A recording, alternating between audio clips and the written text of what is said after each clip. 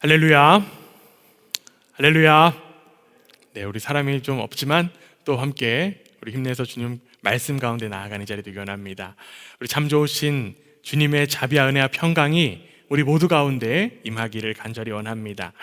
이 시간 선포되는 하나님의 말씀이 우리의 심령 가운데 심기어져서 정말 우리의 심령이 새로워지고 또한 은혜의 시간이 될 수 있는 귀한 자리 되기를 간절히 소망합니다. 우리 지금도 많이 더우시죠? 네. 지금뿐만 아니라 우리 요즘 계속 더운 나날들을 보내고 있습니다. 평소에 제가 원래 더위를 많이 잘 참는다고 해서요, 저는 원래 여름에도 긴팔 옷을 많이 입고 다니고 지금도 안에 긴팔 셔츠 입거든요. 저는 원래 여름에 더위를 평소 잘 참는다라는 그런 마음을 가지고 있었는데 올해는 참 쉽지 않은 것 같습니다. 네, 올여름은 무더운 그런 더위가 계속되는 것 같아서 참 지친 그런 한 주들을 보내고 있는 것 같습니다. 아마 앞으로도 지구가 점점 뜨거워져서 매년 여름이 이렇게 더욱더 무더워지지 않을까라는 그런 예상을 해보기도 합니다.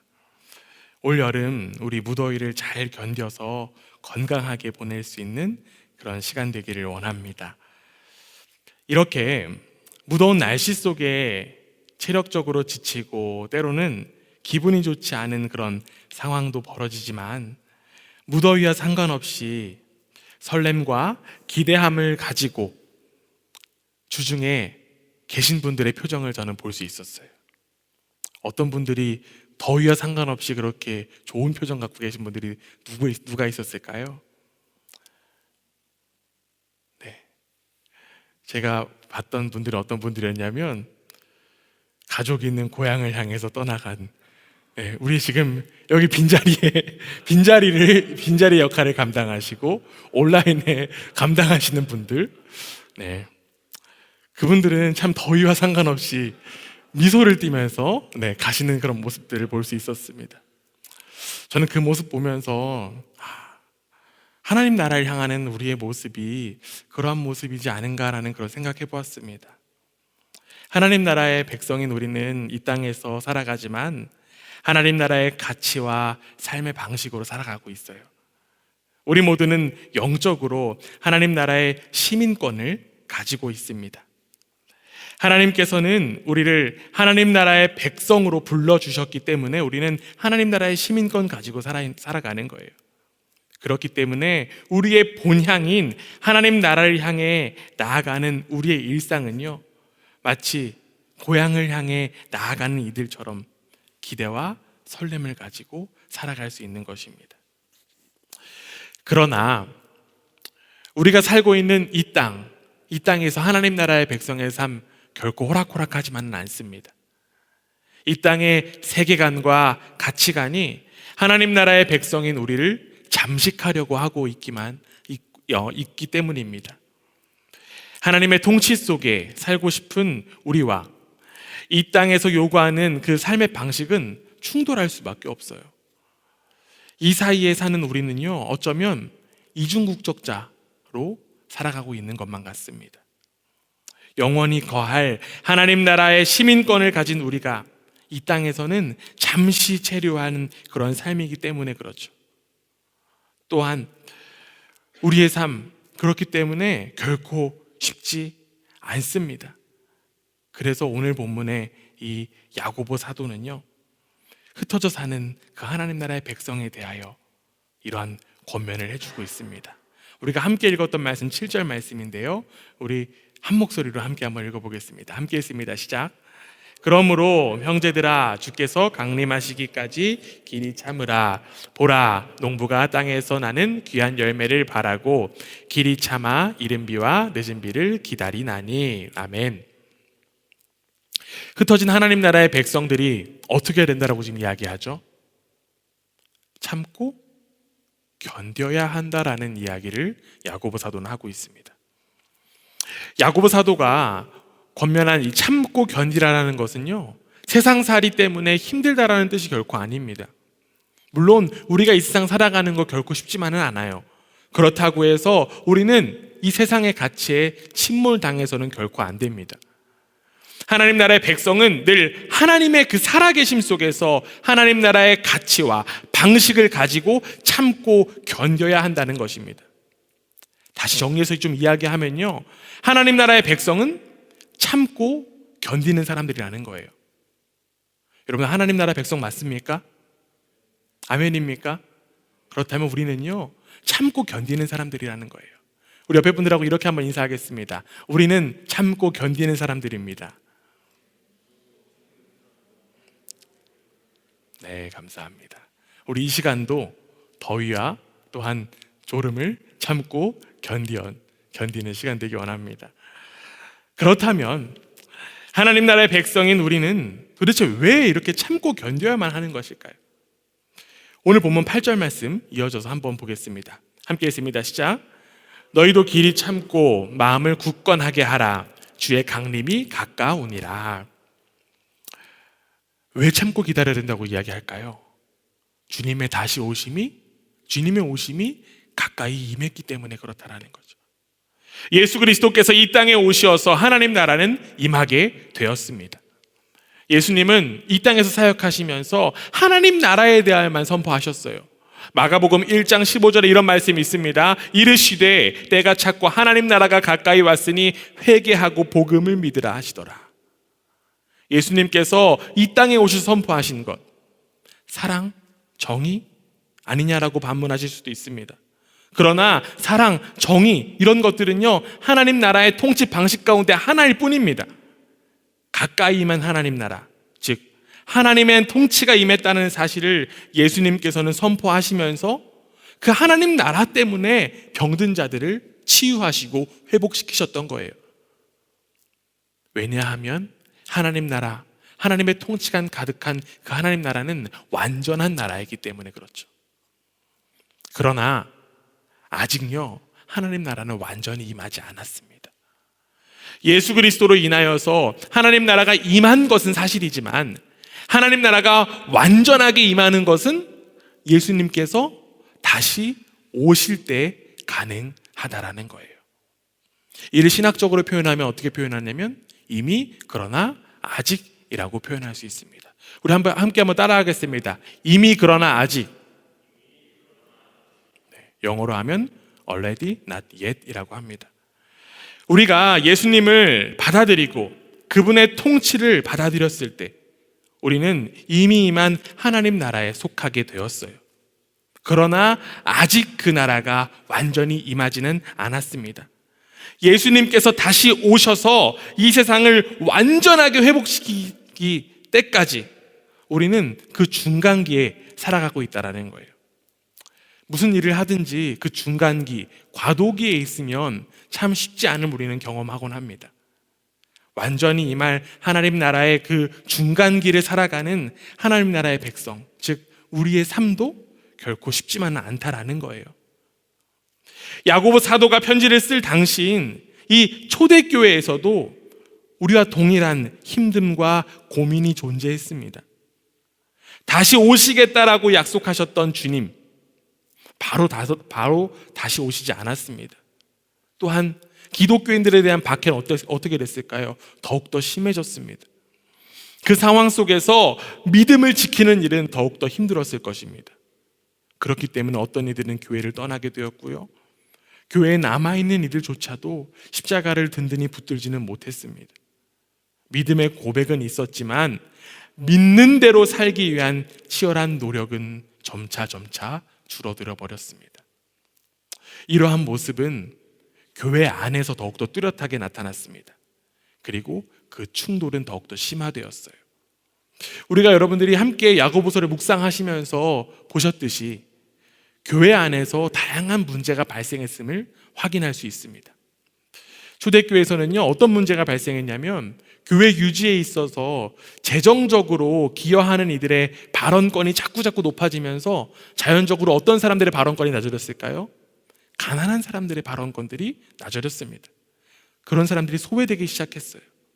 차별과 업신여김이 성행하면서 사람들은 거침없이 서로에 대한 분노와 미움을 표출했습니다.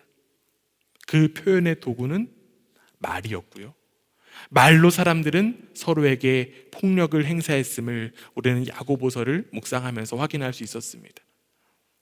그런데 신기하게도 이러한 초대교회의 상황이 우리의 현재 상황을 고스란히 나타내는 것만 같지 않습니까? 주님께서 다시 오신다라는 사실을 머리로는 분명히 알지만 아는 것이 삶에는 전혀 영향을 미치지 못합니다.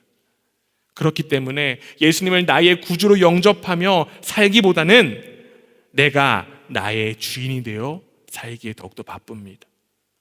이 땅에서 믿음을 지키는 일에 더욱더 참고 견뎌야만 하는데 힘들다라는 그런 사실 속에, 변명 속에 아무렇지도 않게 이 세상과 타협합니다. 그 모습을 야고보 사도는 이렇게 이야기해요. 야고보서 1장 8절 말씀인데요, 제가 한번 읽어보겠습니다.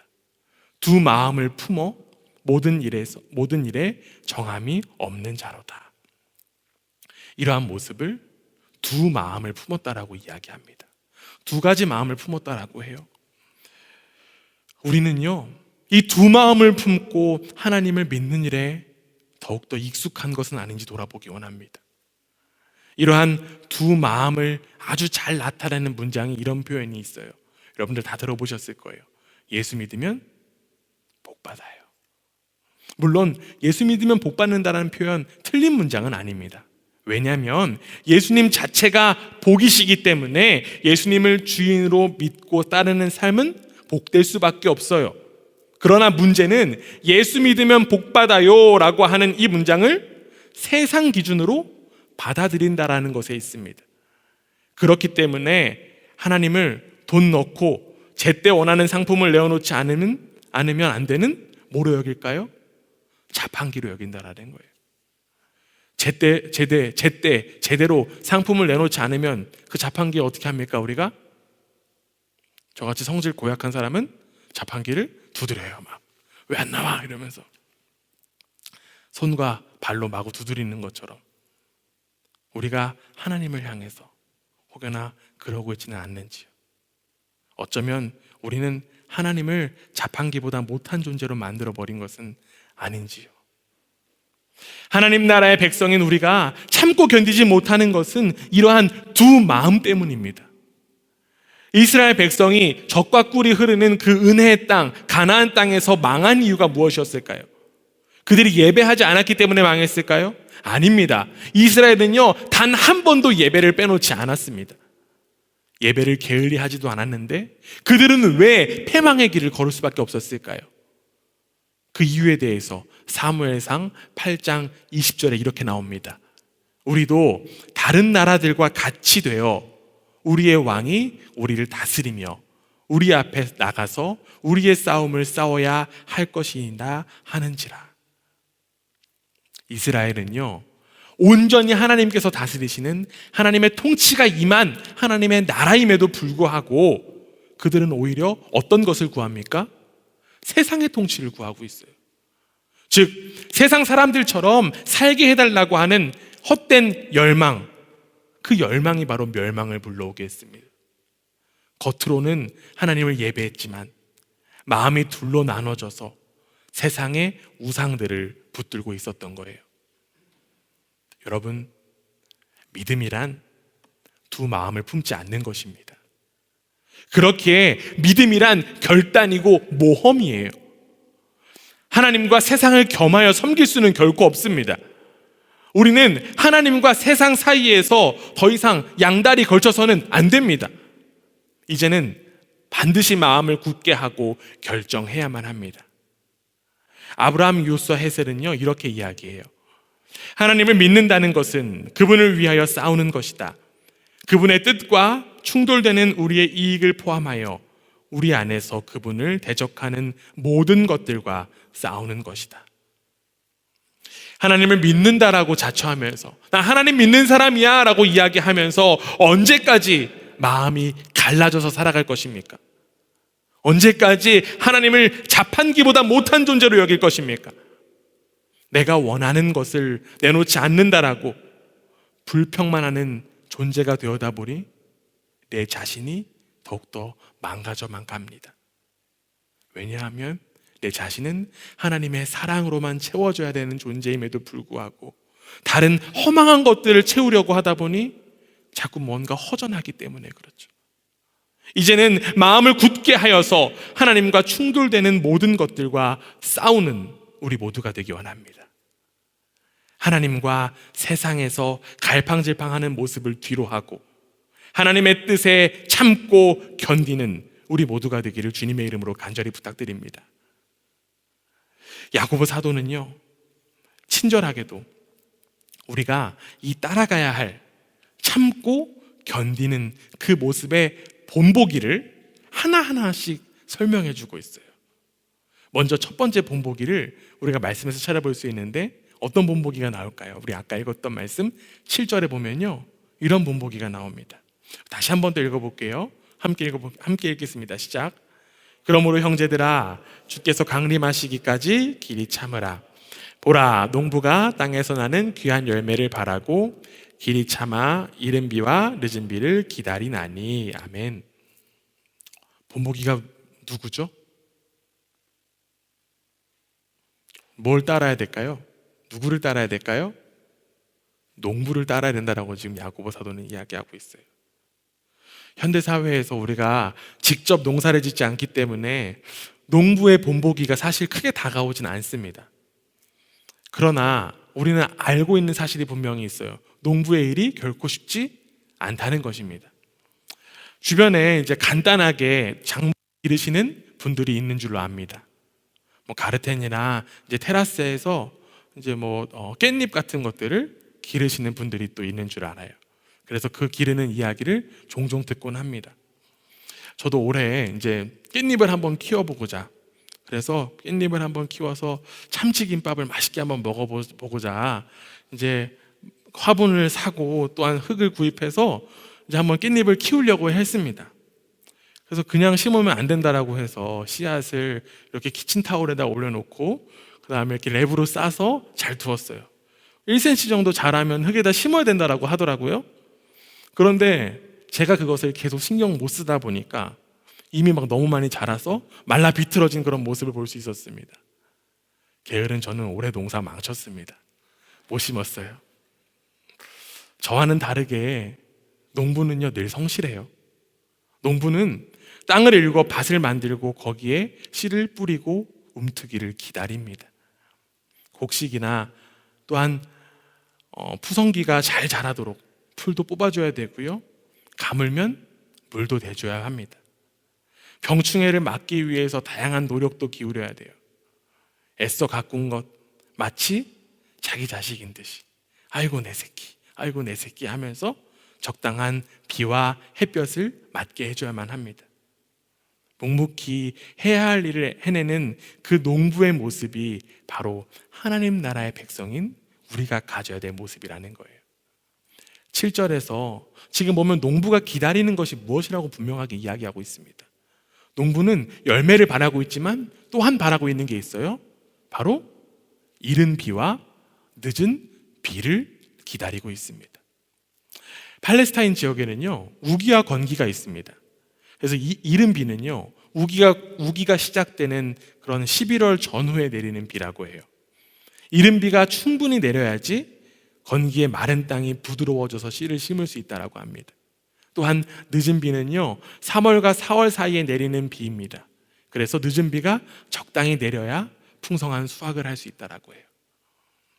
농부가 중간에 임하는 그 이른 비와 늦은 비를 기다리는 것처럼 하나님 나라의 백성이 다시 오실 주님을 기다리며 바라보아야 할 것은 바로 때를 돕는 은혜와 때를 돕는 긍휼로 찾아오시는 주님의 손길이라는 것입니다. 참고 견디는 자에게 하나님의 은혜와 긍휼은요, 너무 늦지도 않고 또한 너무 지치지도 않고 너무 낙심하기도 전에 임합니다. 그렇게 우리는 참고 견딜 수 있는 거예요. 혹시나 하나님의 나라의 백성으로 이 땅 가운데 살아가는데 힘든 분들 계십니까? 나 이제는 포기하고 싶고 이제는 타협하고 싶고 이제는 더 이상 하기 싫다라고 여기시는 분들도 계십니까? 여러분, 참고 견디는 것 포기하지 마시기 바랍니다. 하나님은요, 하나님의 때와 하나님의 방법으로 우리에게 이른 비와 늦은 비를 허락하시는 분이십니다. 하나님은요, 하나님의 방법으로 우리에게 은혜와 긍휼을 베푸시는 분이세요. 우리의 일상에서 우리는 그 은혜의 손길을 경험할 때 우리가 참고 견딜 수 있는 거예요. 우리의 눈이 어두워서 그 손길을 바라보지 못하고 있는 것은 아닌지요. 여러분, 무조건 버티라는 것 아닙니다. 요즘 많이 젊은이들이 쓰는 말로 무조건 버틴다라는 게 존버라고 하죠. 존버하라는 그런 이야기 결코 아니에요. 지금도 역사하시는 이른 비와 늦은 비를 경험하며 감사함으로 참고 견디는 하나님 나라의 백성이 되기를 주님의 이름으로 간절히 원합니다. 또한 두 번째 본보기 누구입니까? 이어지는 10절 말씀에 보면요, 두 번째 본보기가 나옵니다. 참고 견디는 두 번째 본보기, 우리 함께 한번 찾아보겠습니다. 10절 함께 읽습니다. 시작. 형제들아, 주의 이름으로 말한 선지자들을 고난과 오래 참음의 본으로 삼으라. 아멘. 누구를 본으로 삼으라고 하죠? 선지자에 대한 이야기를 합니다. 예언자들은요, 이 선지자들, 예언자들은 하나님의 말씀을 전하는 사람들이에요. 하나님의 말씀을 받고 하나님의 말씀을 전하는 일, 참 귀하고 아름답다라고 여길 수 있습니다. 그러나 성경을 찾아보면요, 그들의 삶이 결코 쉽지 않았음을 우리는 확인할 수 있습니다. 왜냐하면 그들이 전하는 하나님의 말씀은 어떻습니까? 때로는 과격하기도 하고요, 때로는 사람들에게 불쾌한 감정을 불러일으키는 그런 말씀들이기 때문입니다. 예언자 중에 여러 예언자가 있지만 가장 대표적으로 눈물의 예언자라고 하는 예레미야, 이 예레미야의 고백이 그 예레미야의 고뇌를 그대로 고스란히 보여주고 있습니다. 예레미야서 20장 8절 말씀인데요, 제가 한번 읽어볼게요.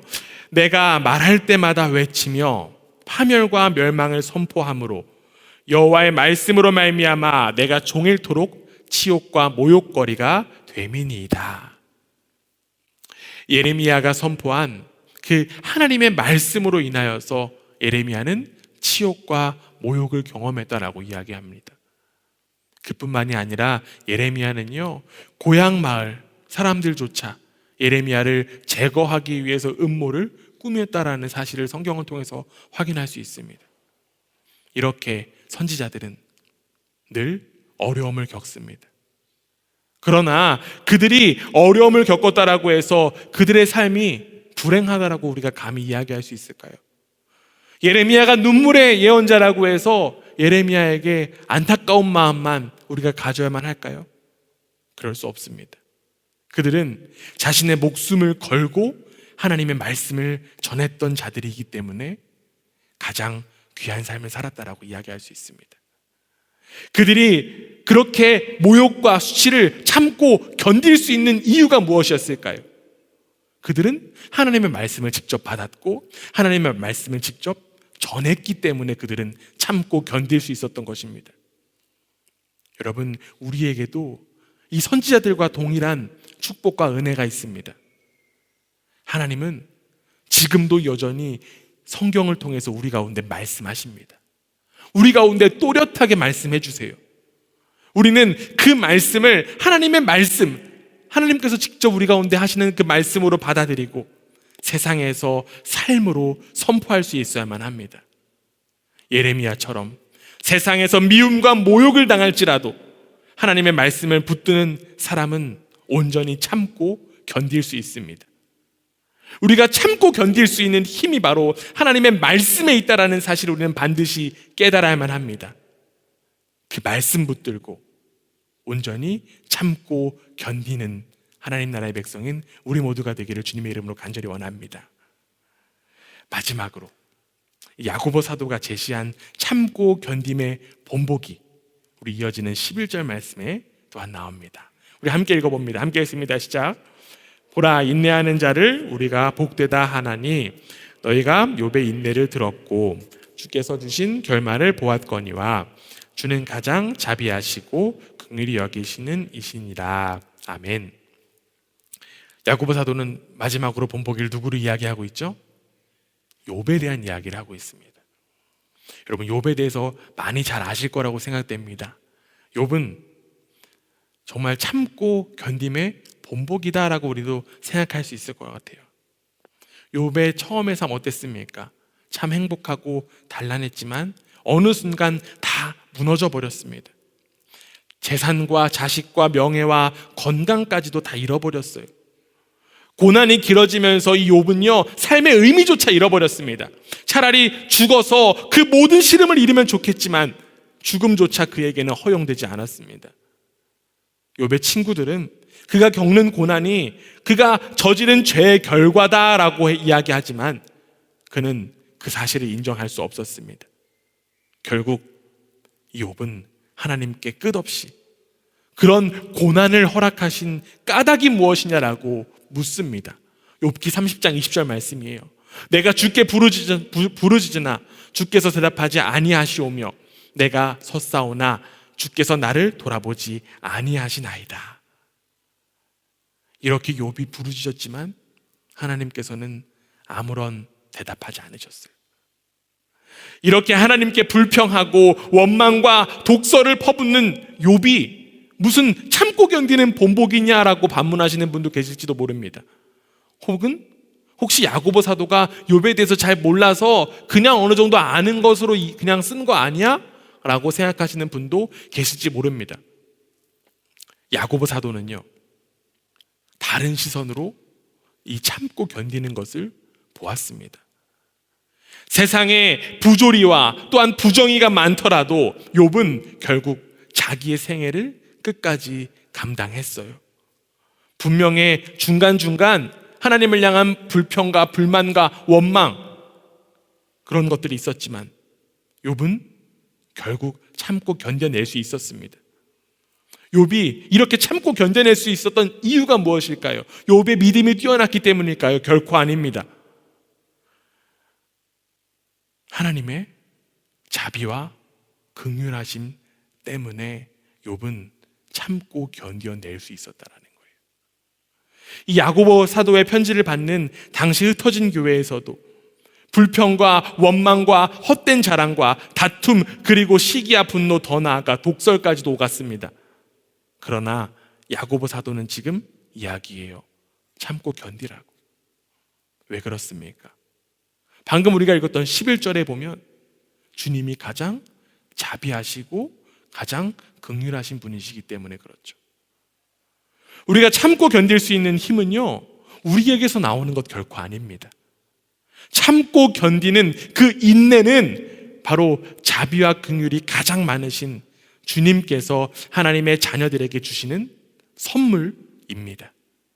그래서 우리가 잘 알고 있는 바울 사도는요, 인내가 성령의 9가지 열매 가운데 하나다라고 이야기한 것입니다.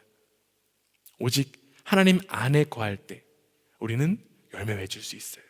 하나님 안에 거할 때 우리는 인내할 수 있습니다.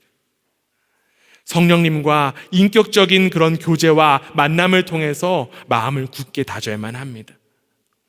욥의 원망과 불평이 하나님을 향했다라고 해서 여러분 불경하다라고 생각하지 마시기 바랍니다. 욥은 끝까지 하나님과 대화했어요. 끝까지 하나님을 상대했습니다. 그리고 자비와 긍휼이 많으신 주님은 욥의 아픔을 이해하셨고 인내와 또한 오래 참음의 열매를 맺게 하셨습니다. 다시 오실 주님을 기다리는 하나님 나라의 백성으로 참고 견디는 이들에게 하나님은 반드시 함께 하십니다.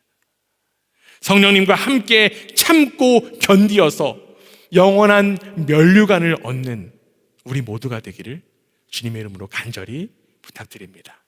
아멘.